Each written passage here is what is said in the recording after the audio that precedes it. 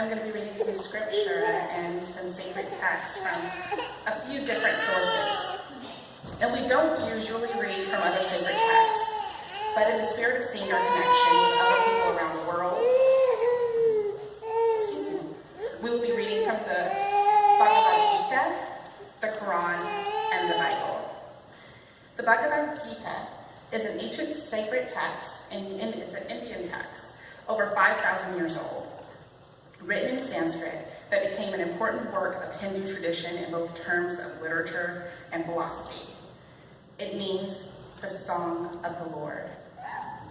The Quran is the Islamic sacred book, believed to be the word of God as dictated to Muhammad by the Archangel Gabriel and written down in Arabic. The Bible is the sacred text of Jews and Christians, of which we will be reading from the New Testament today. So the Bhagavad Gita, chapter 4, verses 5 through 6. My true being is unborn and changeless. I am the Lord who dwells in every creature. Through the power of my own appearance, I manifest myself in finite forms. From the Quran. And to Allah belongs the east and the west. So wherever you might turn, there is the face of Allah. Indeed, Allah is all-encompassing and knowing. And from the New Testament, John chapter 1, lines 1, 3, and 14. So, here we go. In the beginning was the Word, and the Word was with God, and the Word was God. Through him all things came to be, and not one thing had its being but through him. And the Word became flesh and dwells among us. Amen. Thank you, Nikki.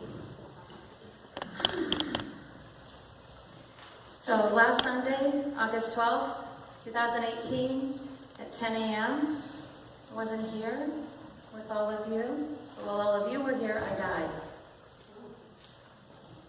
I know, it may seem a little strange because I'm actually standing here in front of you, but I did attend a weekend workshop called The Universal Experience, and it's where I came face to face with the mystery of my own death.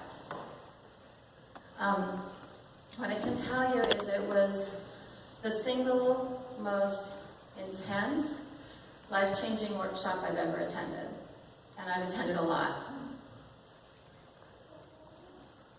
I'm still integrating a lot of what I learned, but what I can say is it changed me in ways I can't even begin to describe. Did I have a mystical experience? Perhaps. So how many of you have had a mystical experience? So a few of you. How many of you have no idea what I'm talking about? a few there. Some of you seem like, I don't know about this. So of those of you that have had a mystical experience, how would you define it? What is mysticism? I know. This is the interactive portion. You can shout something out if you have an idea. Direct experience of the divine. Being totally bathed in love. Having a clear understanding of your purpose. Say that again. Having a clear understanding of your purpose. Having a clear understanding of your purpose. Those are good. And those are great definitions. I went to Merriam-Webster, really close. Mysticism is the belief that direct knowledge of God, spiritual truth, or ultimate reality can be attained through subjective experience, such as intuition or insight. When I first read that, I kind of went, what? That sounds good. It sounds like it encompasses everything, but actually, like what all of you said, better. And for me, it is that experience of oneness, direct connection with God and with all of creation. So let's do a little review. We've been in this Earth Honoring Faith series, finding where we fit in creation, our responsibility in taking care of creation. We've been enjoying this beautiful garden that many of you have been at to each week. I brought my gnome today. What garden's complete without a little gnome? Some of the items have made their way out onto our grounds. And we've also been learning about how we're part of an ecosystem, or we're part of nature, versus this ecosystem where we are ruling above nature, so that instead we're working in concert with nature. So our scriptures today, which may have seemed really strange, but I did pull 3 scriptures from 3 religious traditions, because I felt it was important to see how different religious traditions, that they all point to this oneness with God and God's presence and how God dwells in creation. I'm feeling a bit like Nikki this morning, so I'm going to hold my notes. We can clap. You want to clap?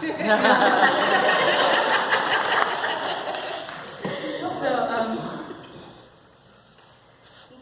when I read scriptures like this from the various traditions, that's mystery to me. That's mysticism. And I wonder to myself, and I'm going to ask all of you, how would you live your lives differently if you fully understood the meaning of these sacred texts? Would anything be different? Wouldn't worry so much. Yeah. Like what, that total understanding of oneness with God. So part of my experience this weekend was getting to hang out with this 500-year-old cedar. There's a picture of her. And at some point, we're guessing she got struck by lightning. And when I say I got to hang out in, I mean inside. Wow. Like you could really crawl in. So there you can see the struck by lightning. And there's the inside. So I was literally surrounded by the charred trunk, cocooned in grandmother cedar. And pretty much every time I crossed the threshold and went inside, I would start crying. So I can share these experiences with you. I can share the pictures. But until each one of you have spent time in grandmother cedar, you don't know what gifts she has for you. That's really at the heart of mysticism. You can read experiences. I can even talk to you and kind of bring you to a threshold, but it's you that has to have the actual experience. So sometimes experiences will be really sudden, boom, you have this experience of feeling your skin melt away, you know you're one with God and with everyone and everything. And sometimes it's a lot more subtle. It's like a whisper. But if you're not careful, you're going to miss.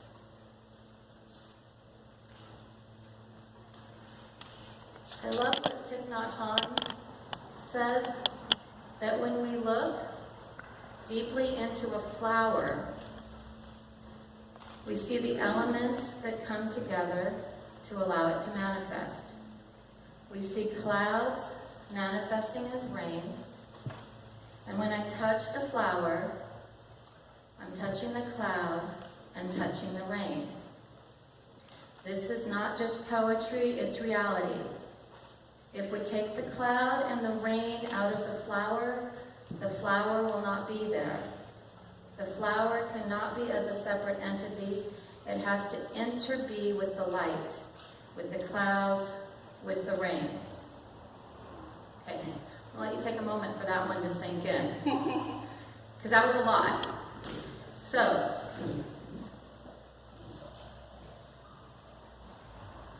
when I hold this flower, when I look at this flower, and I touch it, I'm actually touching the clouds and the rain and the earth and the sun that all went in to create this flower.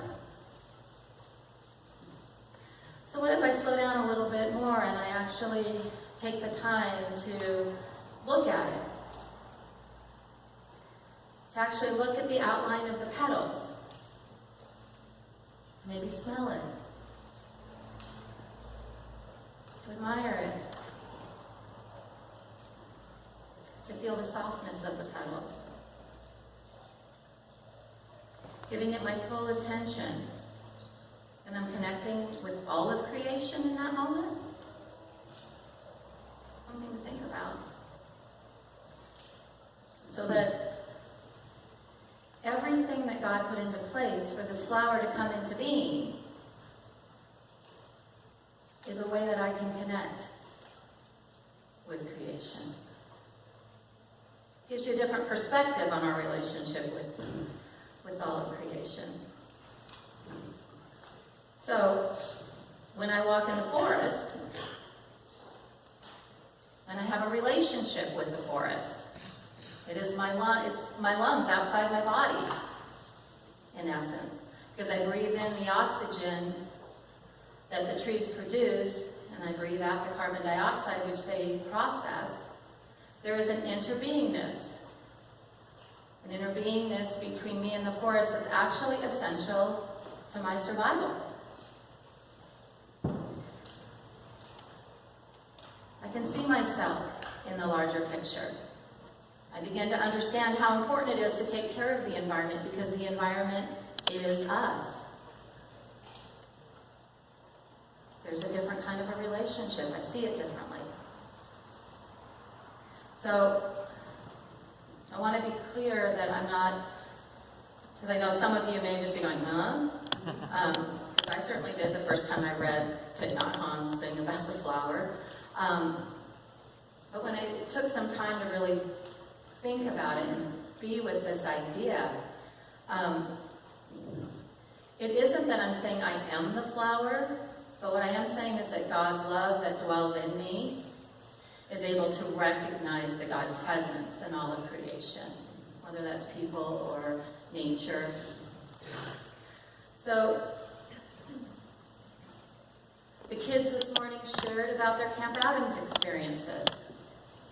My guess is some of them had mystical experiences, even if they didn't know it. Whenever I hear a shell blown, the way that Mitch did at the beginning of the service, I feel this really deep connection with the ancestors and with all the indigenous people who had this ability to live in communion with the land. There wasn't separation, and they knew it. And when I take the time to really enjoy my food, this actually became a thing in Hawaii with the kids. Some of you were here for that.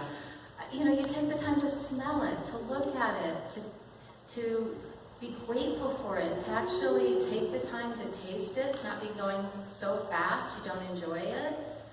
It's why for me it's important to take that time to have gratitude, to say a prayer, even if it's silently to myself before I eat, because it allows me to just align with God and with all that went in to that food being prepared, from the seed that was planted to the person that tended it, picked it, processed it, and then prepared it. So, and it's no secret that the secret ingredient in a lot of great recipes is love. So taking the time to recognize that. I don't know about you, but for me, food just tastes better when it's prepared with love and enjoyed with friends and family. I mean, do you agree? Yeah.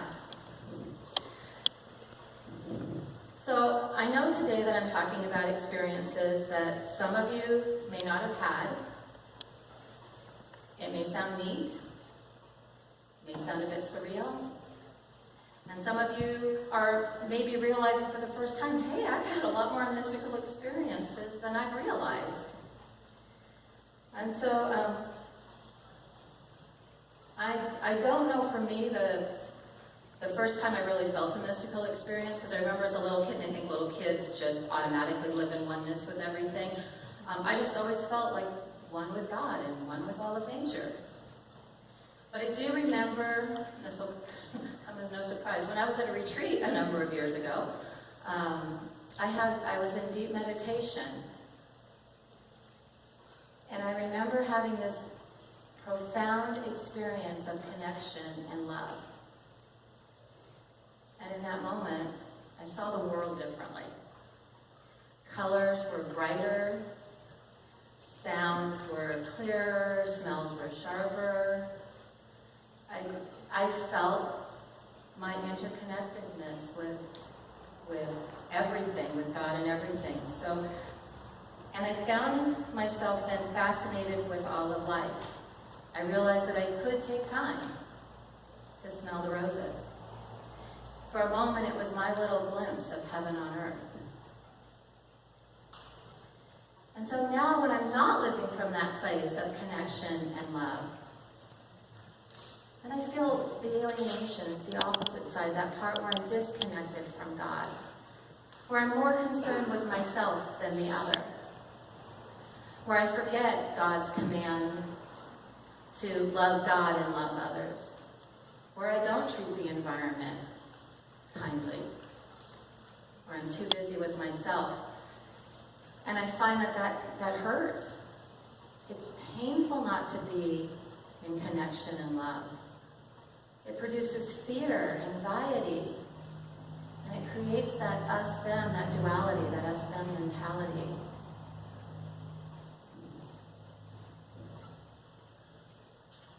And so I'm very grateful when there's Sufi poets like Rumi that help me remember. Out beyond the ideas of wrongdoing and right doing, there is a field. I will meet you there. When the soul lies down in that grass, the world is too full to talk about. Ideas, language, even the phrase, each other, doesn't make sense. Things like that help me remember my interbeingness with all of creation. Let's take a big breath together. That's a lot. I'm giving you a lot this morning. So, how can you more consistently have mystical experiences? Some of you may decide you don't want to, it's too much. But I would encourage you to play with and experiment with your own interconnectedness with God and with creation, and do it at a level that works for you. So what that means is just accepting all that is alive in you, just sitting with all the feelings that you have and noticing. Noticing is, am I connecting with God? Am I connecting with nature? Or am I alienating myself? Have I separated, have I diluted my journey? It could be even a small thing. So am I living in connectedness, or am I diluting and living separate? And just asking yourself that. If you want to have a deeper, an even deeper experience, meditation's a good place to start. It's a really wonderful way of connecting the heart and the mind and the body and preparing yourself for a mystical experience. And I'm not just talking about, sitting there in silence and going, although for a lot of people that works really well. That's not really a way that works super well for me. And so maybe you listen to the guided meditations that we do weekly on our close Facebook group, and that'll start up again in September. Or, maybe it's that you just become more conscious when you walk. And so it's like, all right, lifting my foot, God at the beginning, God in the middle, God at the end. This would be a really slow way to walk. God at the beginning, God in the middle, woo, God at the end. But if you were to do that, you would slow yourself really down a lot to be a lot more conscious. It may be the just breathing in God's love for me, breathing out God's love for others. Breathing in God's love for me, breathing out God's love for others. It may just be that.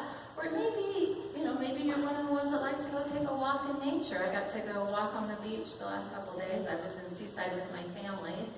And it's wonderful to walk on the beach and to notice and to listen to the birds and hear the water and feel the sand beneath your feet and just having that experience of being more aware of connecting and seeing the beauty in everything. So find your own way of slowing down and noticing.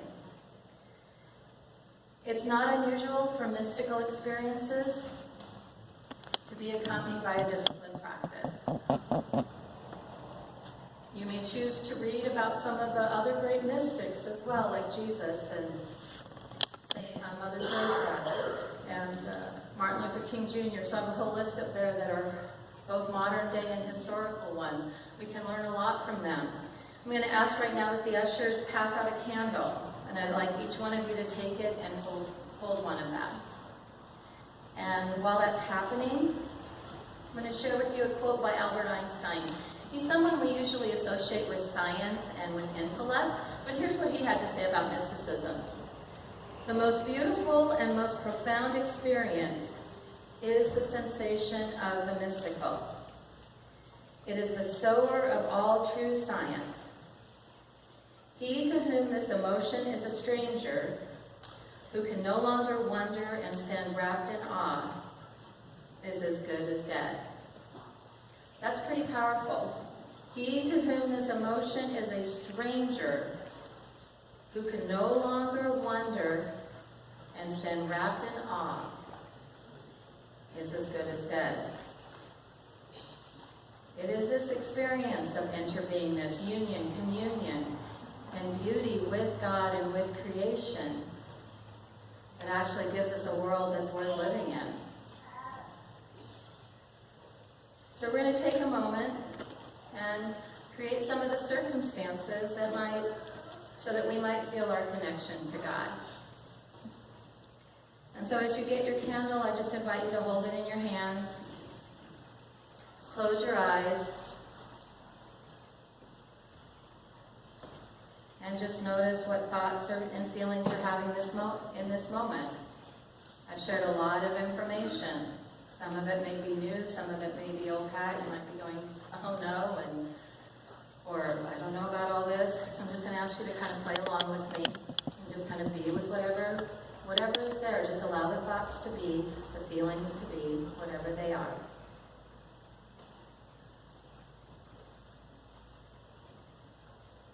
Censor nothing.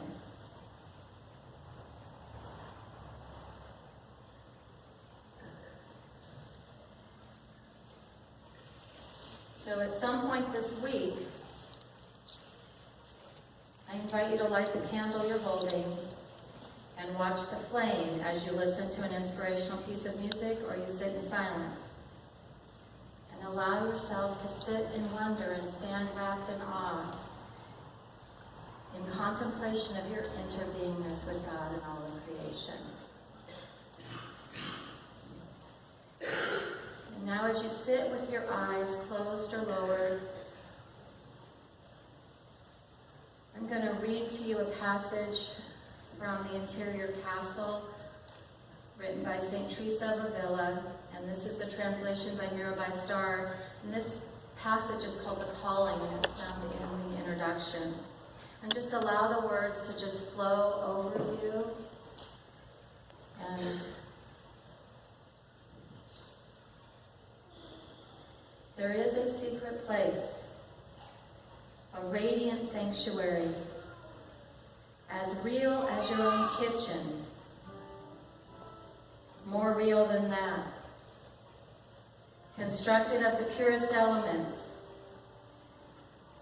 overflowing with the 10,000 beautiful things, worlds within worlds, forests, rivers, velvet coverlets thrown over feather beds, fountains bubbling beneath a canopy of stars, bountiful forests, universal libraries, a wine cellar offering an intoxication so sweet you will never be sober again, a clarity so complete you will never again forget. This magnificent refuge is inside you. Enter. Shatter the darkness that shrouds the doorway.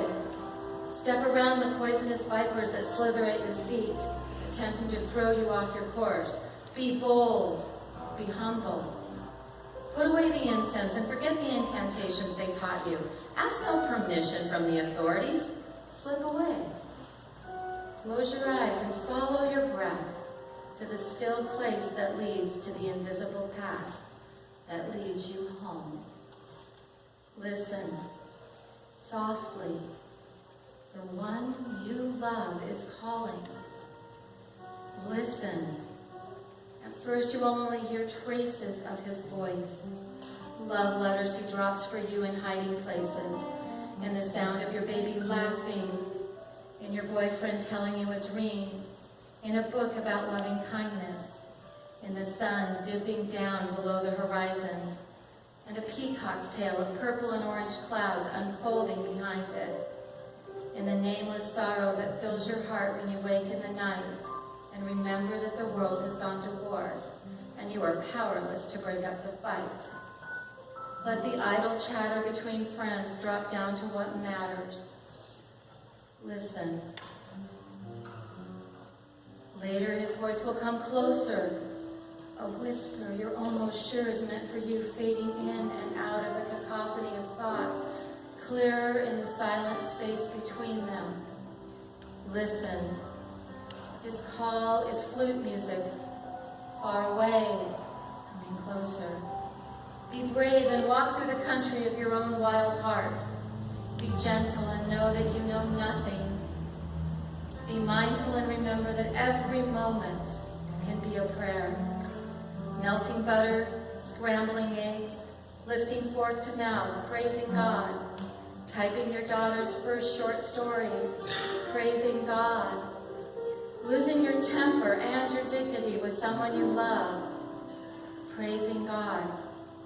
Balancing ecstasy with clear thinking, self-control with self-abandon. Be still. Listen. Keep walking. What a spectacular kingdom you have entered, befriending the guards and taming the lions at the gate, sliding through a crack in the doorway on your prayer rug, crossing the moat between this world and that, walking on water if you have to, because this is your rightful place. That is your beloved reclining in the innermost chamber waiting for you, offering wine from a bottle with your crest on the label. Explore. Rest if you have to, but don't go to sleep. Head straight for his arms. And when you have dismissed the serpents of vanity and greed, conquered the lizards of self-importance, and lulled the monkey mind to sleep, your steps will be lighter. When you have given up everything to make a friend a cup of tea and tend her broken heart, stood up against the violation of innocent children and their fathers and mothers, made conscious choices to live simply and honor the earth, your steps will be lighter. When you have grown still on purpose, while everything around you is asking for your chaos, you will find the doors between every room of this interior castle thrown open, the path home to your true love unobstructed after all. No one controls access to this perfect place. Give yourself your own unconditional permission to go there. Absolve yourself of missing the mark again and again. Believe the incredible truth that the beloved has chosen for his dwelling place the core of your own being, because that is the single most beautiful place in all of creation. Waste no time. Enter the center of your soul. Join us in singing Sacred Love, and sing it as a prayer. The words will be projected, or you can. You are sacred love. Sacred love is all that you are. You are sacred love. Sacred love is all that you are. Show the way, God, show the way. I want to live in such a state of grace. Lead the way, God, lead the way. I want to live in